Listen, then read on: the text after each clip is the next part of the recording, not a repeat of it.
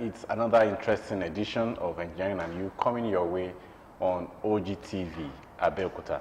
My name is Tunde Olaniro. The objective of this program is to show us what engineering can do or is doing in our society, how it's making our society better, and how it can make our society a place that is worthy of living. And it's also to stir up the passion for science, technology, engineering, and mathematics in the heart of young Nigerians and make them want to do it, because if we don't develop engineering, our society will be retrogressing, God forbid. My name is Tunde Olaniro once again, and this program is very, very interactive, where we not only talk to you, but you get to talk to us. And for today, we have a question that we'd like you to engage us with. And the question for today is, which acid is abundant in grapes, banana, and tamarind? Which acid is abundant in grape, banana, and tamarind? If you know the answer, just call us and let us know the answer. You have a gift. The program is sponsored by Prince Engineer Yemisi Shidon, FNSC, and the gift is from him. And is also supported by the Nigeria Society of Engineers, Abeokuta branch. So if you know the answer, just get on your phone and call. When the time is ripe, you'll see the number on your screen, and we'll get your gift across to you. We'll take this short break, and my guest is already in the house. We'll be talking about sustainable development, the role of engineering profession. That's our topic for today. So we'll take this break, and when we come back, I'll let you know who my guest is.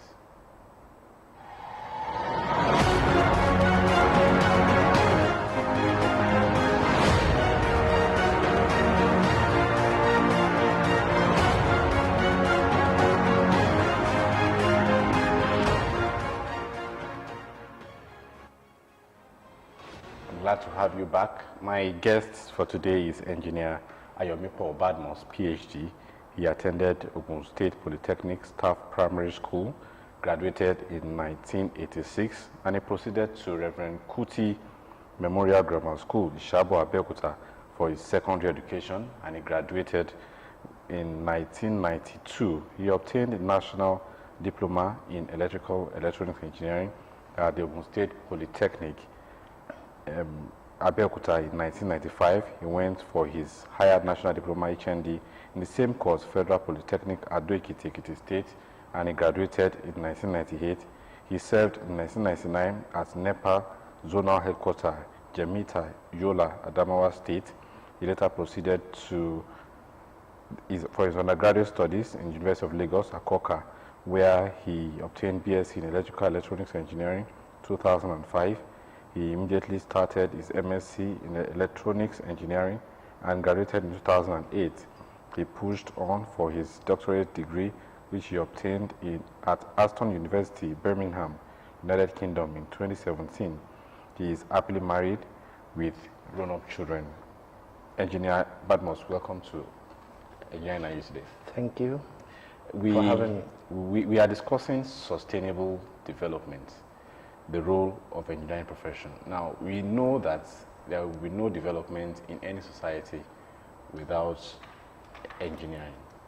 But for the sake of definition, what is sustainable development? Thank you. I will first of all, I will greet my viewers at home. I'll say good day, because it's global. We can't say good evening, it's a good day. For sustainable development actually, we are looking at sufficient food, shelter, economic growth, and the likes. We have a number of them listed. So what is the role of engineering in sustainable development? That is actually what concerns us, because as the researchers we say, we share the burden. We share the burden. Nobody is an island. No profession is an island. So we look at the role of engineers in nation building in order to build a sustainable growth.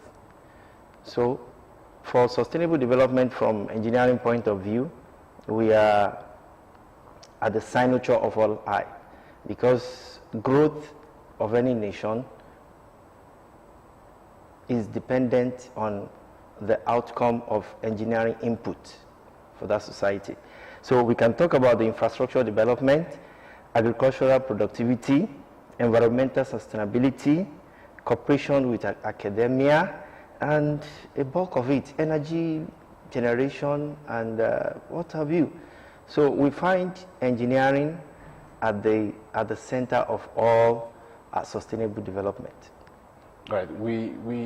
Let's look at the Maslow order of needs. Food and security are the basics, so to speak. Now, what role is engineering playing? At least this is fundamental. What role is engineering playing in this order? Yeah, thank you.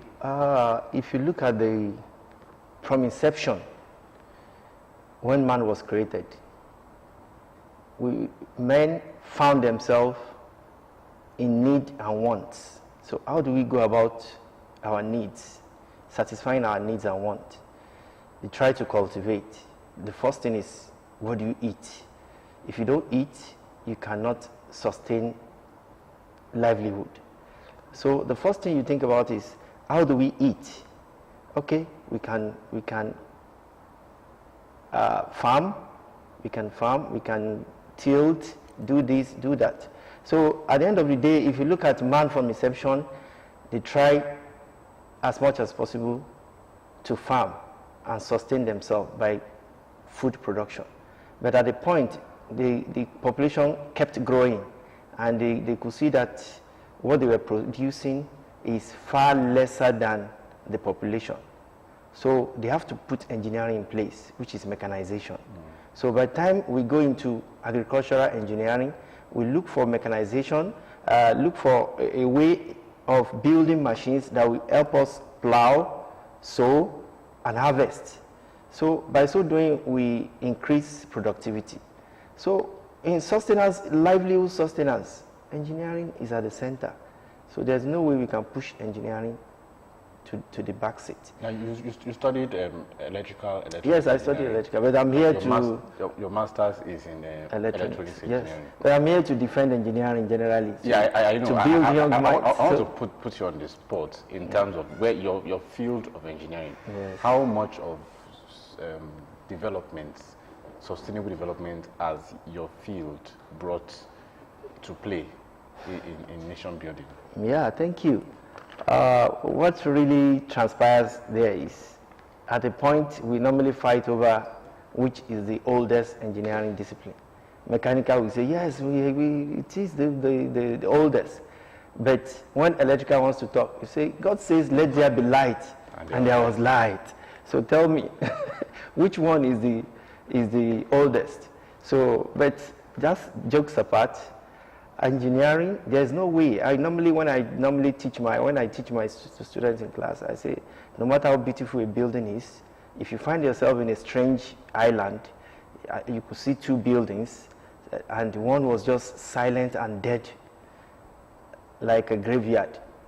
And you could hear music from another building. You saw electricity, you saw everything. So which one will you opt for? To go, oh, please, I missed my way. Definitely you go to the one that has light. So it shows that engineering, electrical engineering, gives life. It's just like talking about living thing and not living thing. It makes a non-living thing living. So the role of electrical is in renewable energy generation. That's one thing. Even energy generation from scratch and economy of a nation depends on energy generation. So you cannot just push it aside. So it is just as important as all other facets of engineering. Okay, energy generation will always drive the economy of any nation. Yes. Well, which means that the reason why Nigeria's economy is not moving is because we couldn't generate enough energy to power our country. I wouldn't agree with you. I wouldn't So agree. why Thank don't we you. have It's sincerity of purpose. There's no sincerity of the purpose. engineers, from the government, From government policy, from the execution of government policy. You see, when we are talking about government policy, we have one of the best government policies in the world. I have to stop. You have a call. David from E4. David, good evening. Good evening. How are you? How is it for today? Fine. All right. You want to ask my guests any question, or you want to answer our question for the day? Yes, I'm asking a question. All right, go ahead. Between our professions of engineering, which is the best? Which is the best profession of engineering? All right, David, thank you so much. I have an answer. Okay. I have an answer. All right. The answer is tartaric organic acid. Okay, we'll let you know if you are correct, David. But my guest will answer your question. Now that young guy wants to know. Yeah, thank you, David. They are all good, but from adjective, you have to go from good to better, then to best. So his question is, which is the best? It depends on your disposition and what you choose to do. So, but whichever engineering area that you choose, please, you have to be computer compliant. It is very, very important. That is tech. We call it tech. It is extremely important that even if you are a civil engineer, that you have to know all the tech basis of that engineering aspect that you actually delve into. You are bringing another dimension to this, because most of the guests that we've had in the past will always tell you that you must have a sound knowledge of mathematics. But you are saying a sound knowledge of computer science. Not sound knowledge of computer science. See, one thing is that if you want to build a house, you start from foundation. So while building the house, while you leave the foundation, you can put all other aesthetics or whatever. But the most important thing, sciences is the foundation of engineering. It's just like having pure mathematics and we're having applied mathematics. At times you delve into pure mathematics, you don't get much understanding, but by the time you put hands on, you go, oh, okay, this is what they were saying in that theory. Now I understand better. So you know better when you get your hands involved, and that is where engineering comes into play. Engineering is science, but in application. So if he's looking for the best, you look at civil engineering, electrical engineering, mechanical engineering, but whichever one that you choose, you must be computer compliant. It's very, very important. Even there in developed world, they have special visa called the Digitech. You get it? They have special visa meant for digital or anybody that knows tech, because the whole world is moving towards tech, whether you like it or not. All right. Okay, we have another caller. Victoria calling from Lagos. Hello, Victoria. Good evening. Victoria, can you hear us? Yes, sir. Okay, go ahead. Do you want to ask my guest a question, or you want to answer our question? I want to answer the question. Victoria, can you speak a little bit louder? Go ahead and answer the question. The answer is aluminium alloy. The answer is what? Aluminium alloy. All right. We'll let you know if you are correct, Victoria. Thank you so much for calling. All right. We've been seeing marriages, let me use that word, of different fields of engineering. We've seen mechatronics. We've seen so many marriages. Now, how has this helped in improving things in our society, making life better? Thank you. The marriage is inevitable because technology is not something that is stagnant. It's dynamic. So there's the marriage is between electronics and mechanical engineering. Electronics engineering and mechanical engineering. So they tend to build robots and the likes. You get it? So that's what brought about the mechatronics. Then we have others that those marriage. The reason for the marriage is for specificity. They want specific knowledge, and they want to, because the developed world, they don't want jack of all trade, master of none. What they want is, if you are doing this, if I'm a dancer, then face that dancing and be an expert in it. Don't say I'm a dancer, I'm a project manager, I'm a director, blah blah, and you are not a master in any. So once they see that, oh, this and this, for example, now we have biomedical engineering, where engineering goes into medicine and help out a lot, give them accurate, because if you go to meet a doctor now, he asks you, have you eaten this morning? Okay, how do you feel? Do you feel headache? You will note it down. Do you feel this? You will note it down. Okay, that could be symptom of this. That's why whenever they dish out any dosage, they always start with mild dosage, because they are not so sure. They just look, okay, the symptom is pointing towards this, the symptom is pointing towards that. But when engineering goes into medical, it gives them precise diagnosis. So it is inevitable not to marry engineering fields. That's why it's very difficult to answer David's question, that which of the engineering is the best, because we have marriages that makes it difficult to answer that question. It depends on your ability, it depends on your enthusiasm, which one you. If I sit down now because I studied electrical and I say electrical is the best, I'm not being fair. I'm not being fair. Some teeming youth may have the urge to become a structural engineer. So I may be misleading them, and they could be the best. For example, a guy came from Kano. He likes working with designing. He found himself in, I wouldn't know how. I watched the documentary. He found himself in US. He's now working for Chevrolet. He's working for designing for them. So it took time, because of the interest that he has. He learned that. He learned it to the peak. Okay, let me, because so many children or teenagers would like to go into engineering, but the parents factor, or they will tell them, engineering, don't you see other field that has money and all of that. Now, if you have a parent that, what should a parent look out for in his child that will say, okay, you are tending towards engineering, or encourage them to go into engineering? See, before I go into your question, I will tell you, today is Friday. Okay, I will spare you. By Tuesday, buy any newspaper. Look for the job advert and start counting. Engineering will give you at least 80%. I could remember my in-law. He was my wife's younger brother. He was telling me that when he comes back into this world, he is going to do engineering. I said, why? He did business administration. I said, why? He said, since he has been looking for work, he has been buying newspaper, looking for newspaper, going to stands to read newspaper.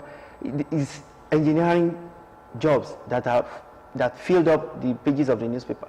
So what else? The first thing as parents that you look for in any profession is the lucrativity of that course. Say, oh, okay, my child, my ward is going to find a good job after this. What else? He's going to express himself, he's going to get satisfied.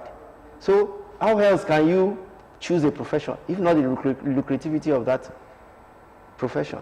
So it is very important to look at that side as a parent. Then it is always important for parents to study the child. If the child is good at humanities or blah, blah, blah, don't force him to engineering. We all share the burden. Because engineering, at a point, I will be frank, it could be boring while you are studying. That's why, apart from encouraging teeming youths, going into engineering, I will also advise those studying engineering already that they should not limit themselves into engineering alone. Because it's just like you work in the factory, you take pain to make a product, and somebody will just say, I'm a sales manager, I'm a marketing manager, I'm blowing box. Apart from engineer, manufacturing something, getting something done, learn the administrative part of it too. It is in the several curriculum in the University and Polytechnic. We have industrial management, engineering society, blah, blah, just to take us off the business of engineering as a profession. All right. I will come back to what you just said, but I want to ask this. Since engineering is directly proportional to development in the society, and a country like Nigeria is more or less like referred to as a developing nation, that means that our engineering productivity is not up there as it should be. Now, what can we do to push our engineering activities, products, people, and make Nigeria develop the way it should be? See, I always say, because I'm always very straightforward, the first problem you have in this country is sincerity of purpose. If we are sincere, we can achieve anything. Anything whatsoever we can achieve. If we are sincere, that's the only thing we need. Then, if I understand your question very well, what can we do? We have to take our engineering to the next level, because where engineering of a nation is most felt is in the military. So if engineering is weak, of a nation is weak, the military will be weak. I'm telling you. Look at North Korea. Just 25 over 25 million population.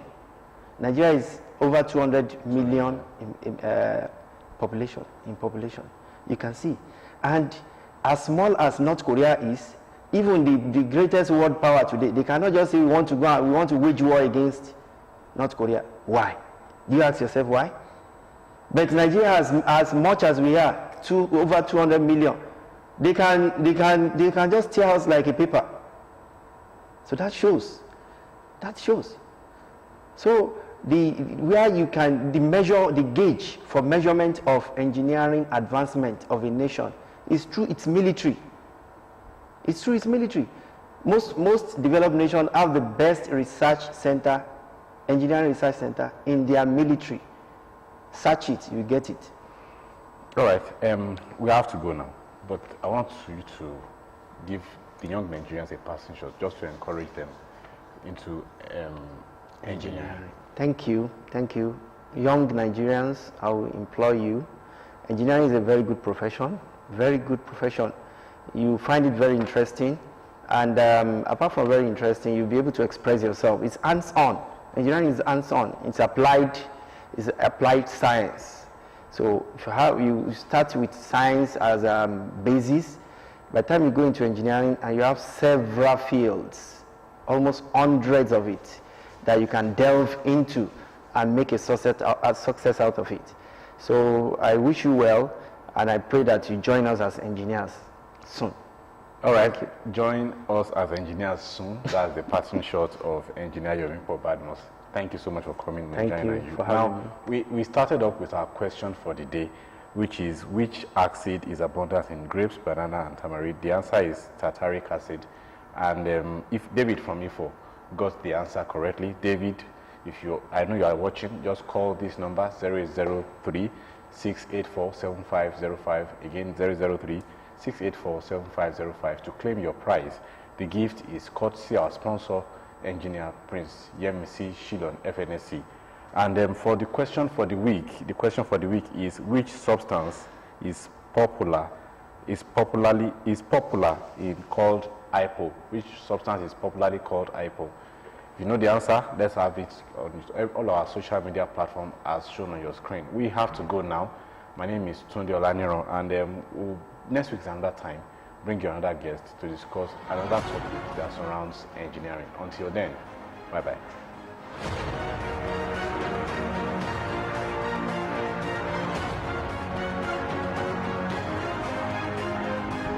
Because I was